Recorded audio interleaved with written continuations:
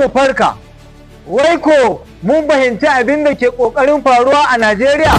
Ya kamata mu lura, jagororinmu suna ƙoƙarin raba wa talakawa hankali. Haɗin kanku da haɗin kanmu shine zai kawo muna jagoranci mai inganci a Najeriya. Muhimmancin haɗin kai ko in ce haɗaka yana da muhimmanci a addinin musulunci. Da rayuwar yau da kullum, Alkur'ani mai girma da koyarwar manzon Allah sallallahu alaihi wasallama sun jaddada haka ga muhimman dalilai.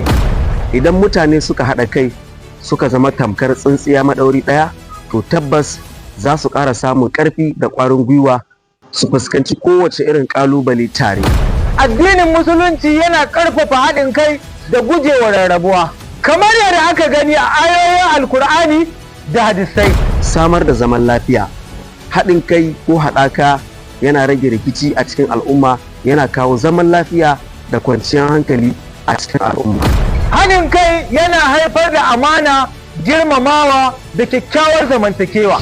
Mutane masu haɗin kai suna taimakawa juna a lokacin wahala da sauki, wanda hakan yana ƙara jin kai da tausayi a tsakaninsu. A takaice, haɗin kai shine ginshiki na ƙarfi, zaman lafiya da ci gaban al'umma. Al'umma mai haɗin kai tana da damar ci gaba da samun nasara fiye da wadda take a rarrabe.